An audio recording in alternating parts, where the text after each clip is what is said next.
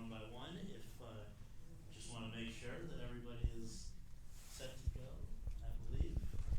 So, would you join me in welcoming first the writer of both the stage production and the film? Please welcome Steven Levenson. Please welcome director Stephen Chbosky. And from the cast, Pino, Dodani, Amy Adams, Julianne Moore, Amandla Stenberg, and Ben Platt.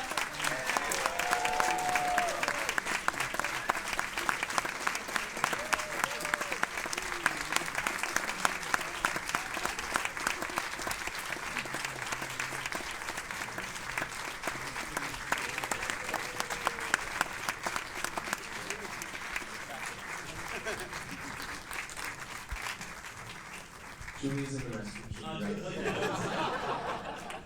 She actually saw the crowd and laughed. Well, congratulations, guys. Thank you for coming out and doing this. And Stephen L., if we could begin with you, please. I want to just kind of familiarize anyone who hasn't yet had the chance to, or may not be familiar with the whole rich history of this project. Just how long ago did this all begin as an idea with you and Pastor Paul, and if you could just kind of give us a little of the history. Yeah, well, it predates me actually. Benj and Justin, the Pastor Paul, began writing music together in college, and they began trying to think of ideas for musicals, as one does as a young musical theater composing team. And Benj had this.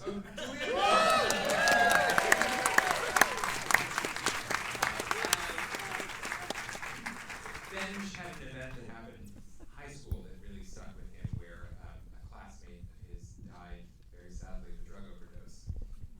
And it was in the aftermath of that tragedy that Benj witnessed what seemed like a really strange phenomenon of everyone in the school kind of glomming onto this tragedy, and people beginning to kind of concoct stories of how they had actually been friends with him, or everybody had some kind of connection or needed to have some kind of connection. Like, we were in this class together, or our lockers were near one another's. And what was most disturbing to Benj was that he felt himself feeling that same urge to want to somehow be part of this tragedy. And so fast forward many years later, Benj was in college, and he and Justin were talking about this story, and it really resonated with both of them. And this was when social media was just beginning to take off. It was really beginning to feel like anytime something terrible happened, anytime a celebrity passed away, you would go online and everyone suddenly was talking about them, but in a way that felt really first-person-y, like how it's about me. Right. And so when they were approached by a producer in New York named Stacey Mindich, who loved their music and basically said, "What's the thing that you guys want to work on that nobody's asking you to work on?" They were getting presented with a lot of books and IP, and they said, "We have this really weird story. We don't really know what it is, but we want to do this." And the three of us met 10 years ago and started working on this. And 5 years after that, the show opened on Broadway, and here we are. Well, yeah, and I want to pick up the story there with Mr. Platt, because Platt, who, I mean, again, if you've been lucky enough to see this show in New York, or just pay attention to what's going on in New York, this is one of the all-time great stage performances that has ever been given. It was recognized as such all along the way, from off-Broadway, DC, to drama, or to the off-Broadway theater. What was it? Remind me. Second Stage is one. And then of course on Broadway, where Ben won the Tony, got the first. There's an award they give you. You can only get it once in your career, and Ben got it as the youngest person that first time with this, over just tremendous talent. So the point is that Ben, this is something that you have such a history with, and I wonder if you can just talk about how you kind of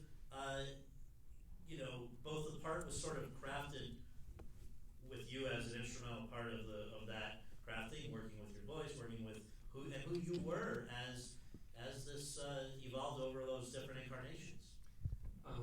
Totally.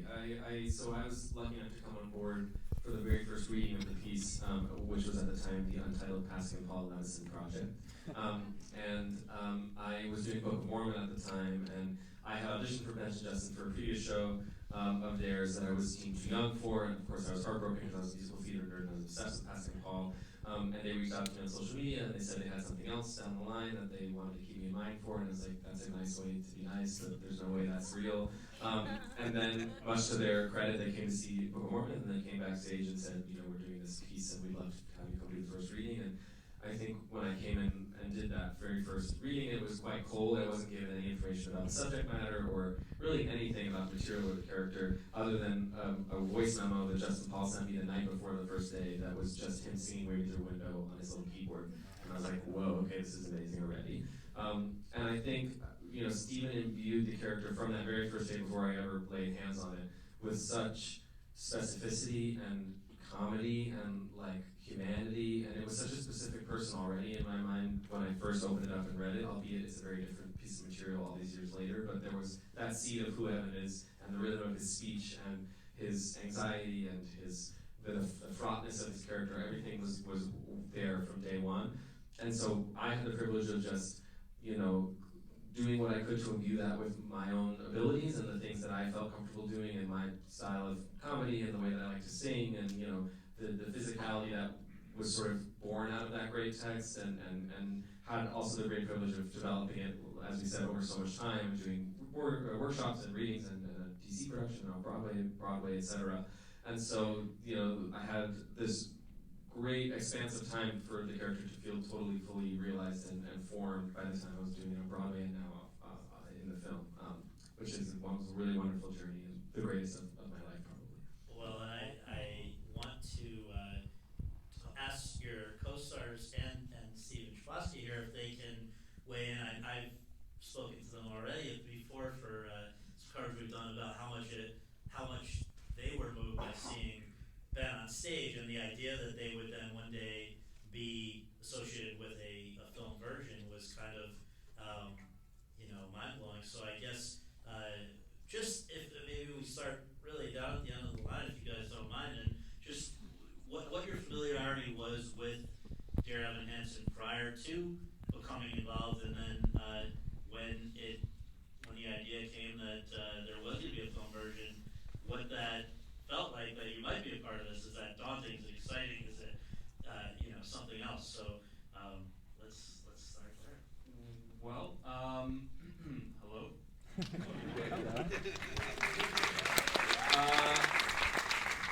I shamefully had not watched Dear Evan Hansen on stage, which I think I will always regret, and I look forward to at some point seeing it on stage. But I would have loved to have seen it with Ben.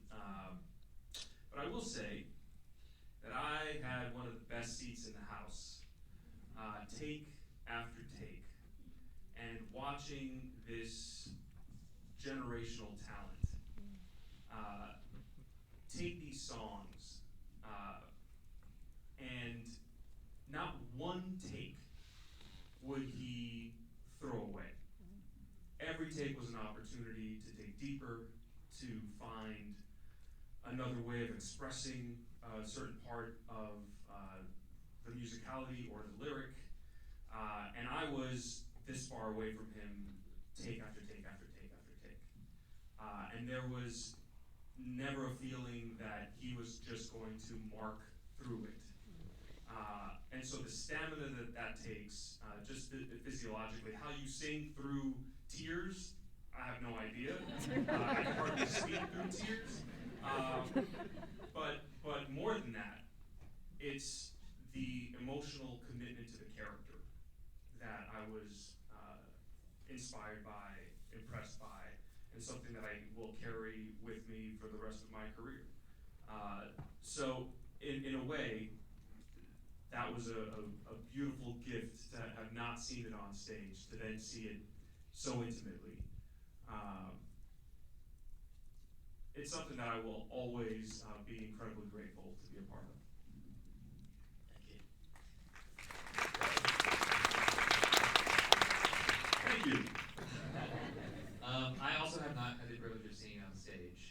However, I did watch the bootleg with Ben. And even though the shaky camera performance was just surreal to watch. Listen, Broadway's not accessible to a lot of people. And when I got the role, it was truly just a surreal experience. You know, like a lot of us, this was last summer. I was lonely and isolated and struggling with depression and anxiety, and this film came and swept me off to Atlanta. And it was very fittingly like a tonic for the moment for me. It was just a wild experience. And when I finally ended up on set with Ben, I understood it. I understood the hype. I understood the awards. It was just so clear from the first moment on set. And the best part is he's a sweetheart in real life, and was so generous and welcoming. He was like our group mom. He texted all of us before we even got there, and was just being the Evan that we wanted and deserved, and I think we really see that. So, same, just honestly surreal and grateful to have been a part of this. I didn't get a text, by the way. Yeah, sorry, Ben. It's a little weird. It was a DM. Amy Adams, I believe you were a little late to the party, but you got there, right? I was late to the party. I did not see Dear Evan Hansen on stage till 2019, so sadly I had missed Ben. Saw a lovely performer. But I was familiar with Ben in a role as I had YouTubed. I guess that's what I did. YouTube things. Listened to the album on repeat with my daughter after seeing it, so became familiar with Ben's vocals before I saw him play Evan. I did see it twice in 1 month, so I'm sure that was a little creepy for the cast. But I loved it so much. It was a really profound experience for me and a big turning point for me in my communication with my daughter. And so I thought, if they ever make a film of this, I want to be a part of it. And I was lucky enough that they got the memo, and I was honored to get to do this. And again, seeing the amazing Ben Platt, it was an experience I shall never forget. And having that front row seat to that immediacy and that intimacy and that vulnerability, it was such an honor, and I am so grateful.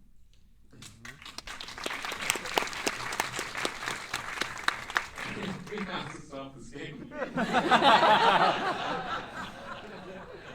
Well, the funny thing is, I believe that we may have had multiple bootleggers up here. Amandla, is that possibly? This is true. Yeah. I too am a bootlegger. I unfortunately, shamefully and sadly, didn't get to see them perform Dear Evan Hansen on the stage. But I think the first time I heard about Dear Evan Hansen was actually from my high school friend Ben Ross. Who performed it as well. And Ben, I remember sitting in his apartment near Times Square, and him telling me about what it was like and what it was about and what the experience, and just being blown away kind of about what he's speaking to in the themes and significance. I mean, that definitely made me a lot more aware of its existence and sent me on the YouTube spiral that led me to then seeing Ben perform it.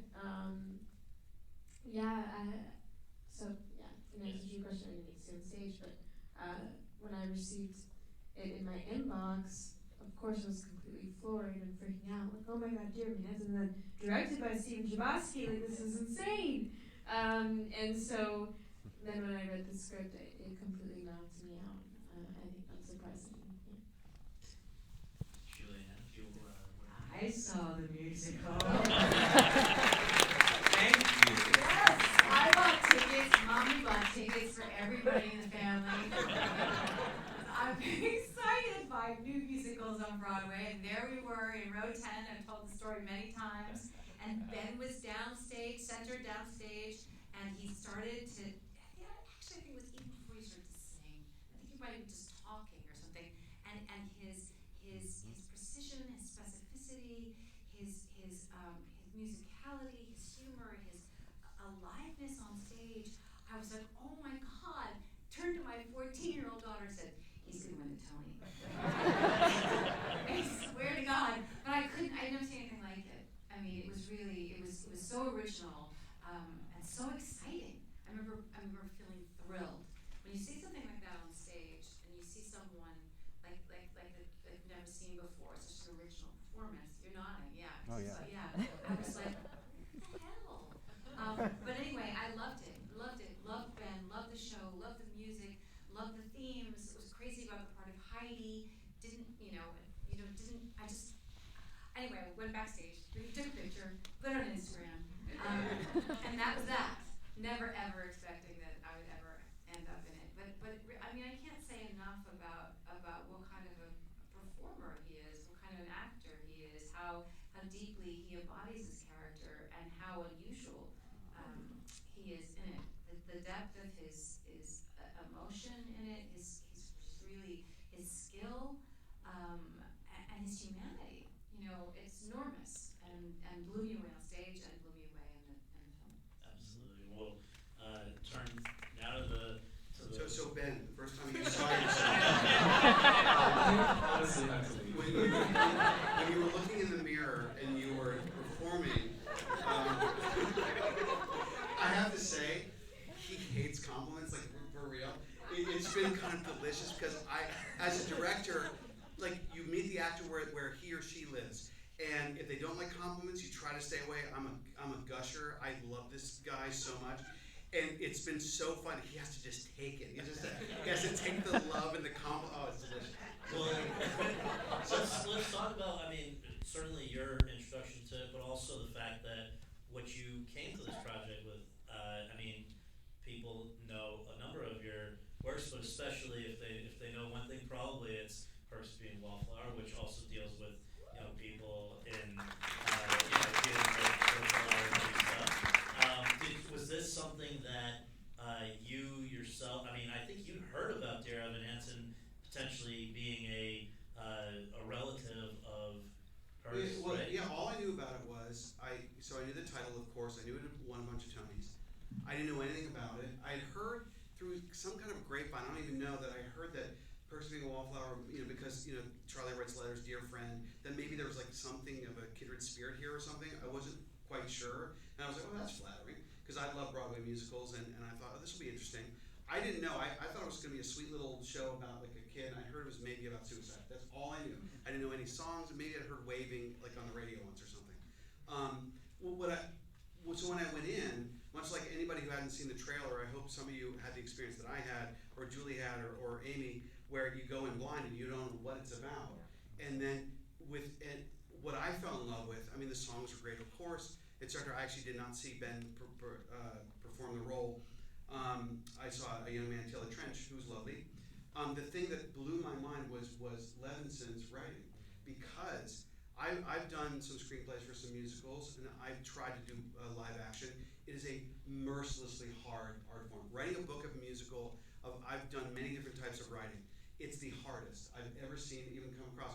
So I thought, I just was marveling at Levenson going, how the hell did this guy turn Heathers into a tearjerker? It was like a miracle. And every twist of like, oh, how dark is this thing gonna go? And yet I'm crying. And then when So Big So Small shows up, I almost did like the ugly cry. Like where you're like, I was in the 8th row or something, so I win, Julie. And I almost did like I did that. It was amazing. And by the end, I just was, and so I became obsessed with the writing. I thought it was so brilliantly done. And then I saw many different casts. I saw one at the Amundsen. It was the Amundsen or Pantay, I can't remember.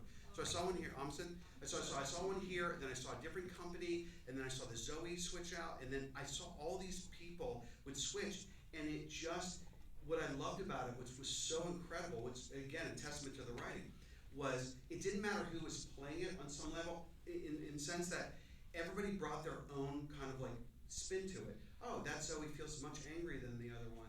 Oh, that's really interesting. Oh, this person has a more traditional belty voice. Oh, how's that changing? And all these nuances, I loved it. And every cast I loved, it taught me about the characters. But yet at the end of the day, and once I saw the show, I got the soundtrack immediately. That's when I fell in love with his voice. And everything I was doing is I was driving and I wanted to do this movie so badly. I was praying that they would hire me. That I just would plan based on Ben singing, and yeah, it was just a remarkable experience. Because the one thing to I would say 95% of the movie is live sung, right? So if you're seeing them sing on camera, that's them really singing in the dining room or the school hallway or whatever. Well, it's really fun for the other actors. Whenever somebody would sing, I was getting the mix in my ear. They were getting a cappella. So you just imagine like watching that with no vocal track over and over again, and just to see it take after take after take, like Danny said, it was just remarkable. But not just Ben, all of them. I just love this cast so much. That's the biggest difference between doing something on stage and doing it in a movie is you are not shooting in sequence, right? And so, Stephen C., you have talked about the fact that the first scene, and I'm going to have Ben weigh in on this as well, first scene that you guys shot, if you would talk about what that was and how that registered. Yeah, well, the first day of shooting was basically like Ben running through the woods. So there was like a bunch of pieces. So that wasn't like the most exciting first day in terms of that. Day 2, it's the morning, and it's the moment where Evan sings the big climactic "I've learned to slam on the brakes" and "The Worst of Me," and I heard, because the performance on, especially in Broadway, is pretty legendary. That again, as we were talking about, like he could like have a breakdown, and I was told this by many people who had seen it and people who had worked on it. Said just wait. This guy can like have a breakdown, and so I won't make it a compliment. I'll make it factual. He can have a breakdown and sing with an open throat, and then cry, and then kind of be vibrato. It's kind of a remarkable thing.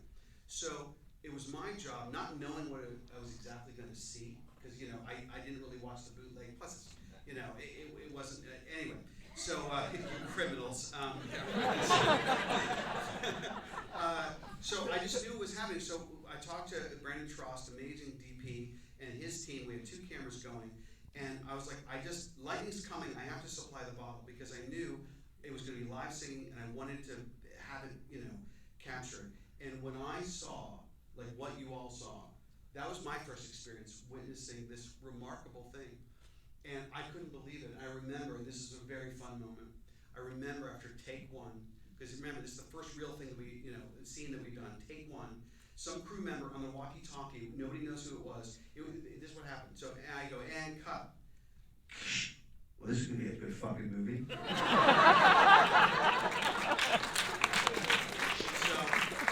I hope someday that person comes forward. Yeah. It was a lovely moment for the shoot. So, Steven Levenson, let me ask you, you've now done other screenplays, but this was the first time you were biting off a film screenplay and having written it for the stage. Can you talk about just what that process was like for you? Was it something you enjoyed, found it very different, there were things you were able to do here that you never could do on stage, obviously, right? Yeah, there were a lot of really exciting opportunities. I would say in the beginning it was pretty terrifying, and just sort of, I didn't really know where to begin. I sort of felt like my job was to throw it all out and write something brand new, and then I had collaborators who told me I didn't have to do that. The main thing, there were a few really great opportunities that we had. One of them was, for those of you that know the show, in the show, Connor plays sort of a different role than he does in the film. He kind of comes back as this spectral figure in Evan's head. And we just knew early on that didn't feel cinematic to us. That felt theatrical, and just wouldn't quite work. And what losing that did is it opened up this space in the story for somebody else to come in and really provide what is a voice that tells Evan to keep going. And that voice, we realized, could be Alana. And so that was a really exciting opportunity to really dig into that character, to get a new song for her, and to just sort of build that character. And then the other big opportunity was in the musical, we go from So Big, So Small to basically it's like a cut almost. You go a year later, they're at the orchard, Evan and Zoe. And here we could really dig into what was that year, and what are the concrete things that Evan does to try to begin to make amends.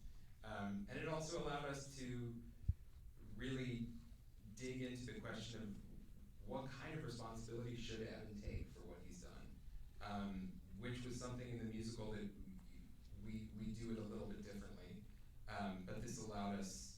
I think we were all really excited at the idea that Evan in this version gets to actually like look into the camera and tell all of these people what he's done, and to really take that on and say, I did this and I'm the one to blame, and have to bear those consequences, and yet still in the end be fundamentally okay.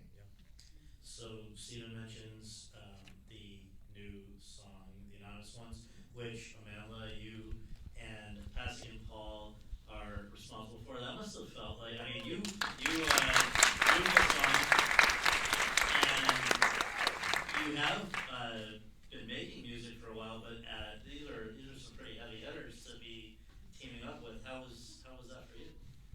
Oh yeah, the heaviest hitters in the game. It was, I don't know, the movie's already coming out and I'm still speechless about it, so yeah, that's how I feel about it. I was pretty dumbfounded when they approached me and said, we want to collaborate on this with you. But they explained to me, you're the custodian of the character, and it feels really important to us as we have this opportunity to expand the character from the stage production, that we have you be a part of that process with us.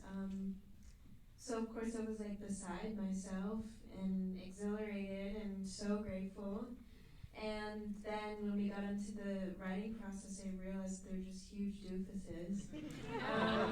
No, they're like the sweetest, goofiest people on the planet, and we just developed a really natural rhythm with each other, and we're able to talk really deeply and openly about what we wanted to explore with Hawana. I was able to share my own personal experiences with depression and anxiety and overachieving and all of that stuff. So we discussed that with Levenson too, and that became the foundation of where we decided to go with Anonymous Ones. Yeah. I want to ask you all about singing live, something Ben had done plenty of, but some of you less so. And but first, let's just set the scene.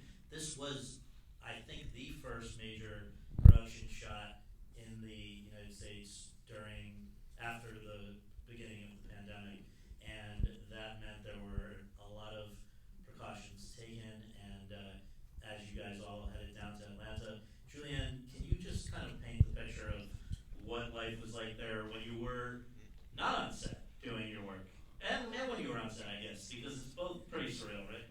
It was, well, we were in Atlanta, and everybody had their own house to live in, and we had little backyards and stuff to move around in, and then that was pretty much it. And then they told us we could go for a walk. You couldn't go, there was a PA who would deliver groceries to us, because you couldn't go into the grocery store, and then you could order food on Caviar, Grubhub, or whatever. And then you could go to the set and work. And then I would just walk by Whole Foods and think, I wish I could go in. And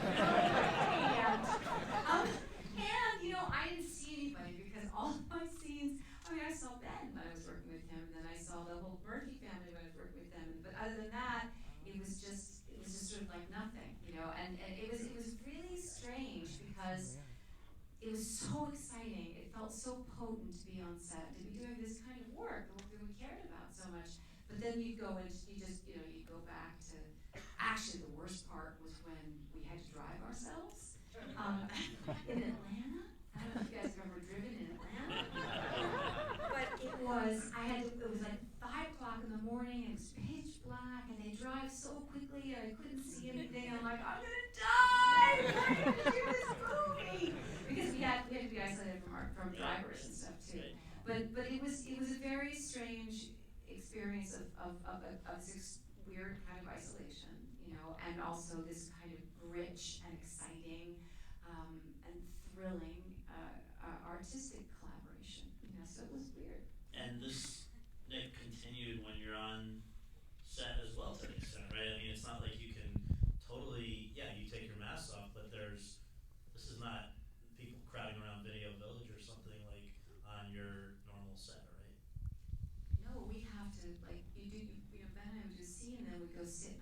chairs like across from. You get. I found I had this sensation of wanting to get very close to Ben and ask him more questions, to talk to him, and be it. But then we'd have to go and separate and sit in other places. So, in terms of the live singing, with that as the backdrop to everything, you finally come together for about, a portion of the day. Can we just talk about, Amy, for instance, you've sung in movies before, but this seems like a very different kind of singing and very different kind of musical than some of the earlier stuff, right? Yeah. It's funny, I tell this, but I haven't told this before, but when I was rehearsing it, I guess I was like, so they write all these little notes in there, which in my training I thought were grace notes, so I didn't learn any of the little notes, but it turns out those were necessary notes. So when I got there, I don't know if you guys had this experience, how there's all the little notes? They're like, oh no, that's what you're gonna slide up. And I was like, what? Slide up. It's a small part, but I don't think I've ever worked on that.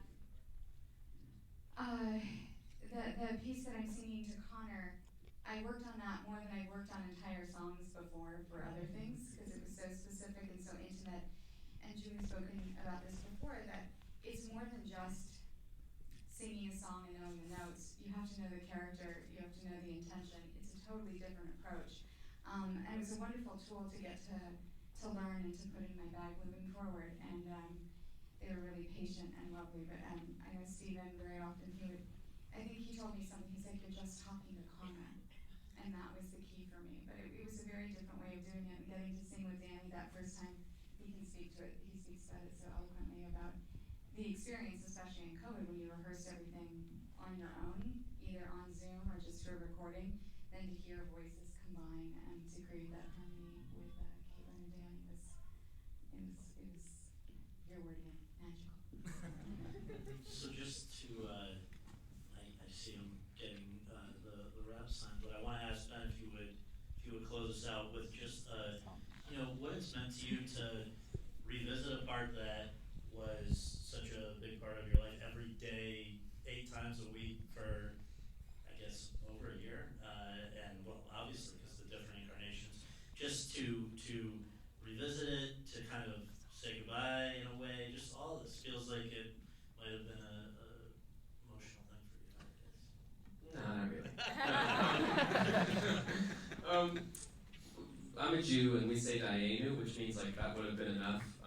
So this experience to me has been just Dayenu over and over again. Like, if my only dream growing up was to originate a role in a musical on Broadway, so like to do that period would have been enough. The fact that it was a well-received, gorgeous musical about something important and meaningful, that would have been enough. The fact that I got to create it from scratch, that would have been enough. The fact that I got to have the privilege and honor of being the one to preserve it in the film, which is not afforded to a lot of stage performers, and I'm really grateful for that opportunity to immortalize it in that way, and that they came to me and asked me to do that, and I feel really lucky that would have been enough. And then the fact that it's with these extraordinary people and these really gifted stage actors, half of them are legends. Like it's the greatest experience of my life, and it already was before we even had this chapter. So the fact that it's now preserved in this way that I can show my children hopefully at some point is such a gift, and it feels, the only reason that it feels fitting is because it's a story that's worth this kind of platform, and it's material that's worth being seen by this many people, and it's a message that's particularly right now, I think it deserves this, and so I feel like that's the only way that I can kind of place it in any kind of reality, because it really just feels very, very dreamy. Well, it's a beautiful job by everybody here, and I would just thank you all for taking the time. If the audience would just do us a favor, just so we can all get out of here in one piece, if you would just join me in thanking these guys and let them say goodbye, and focus on Friday, tell your friends. Thanks.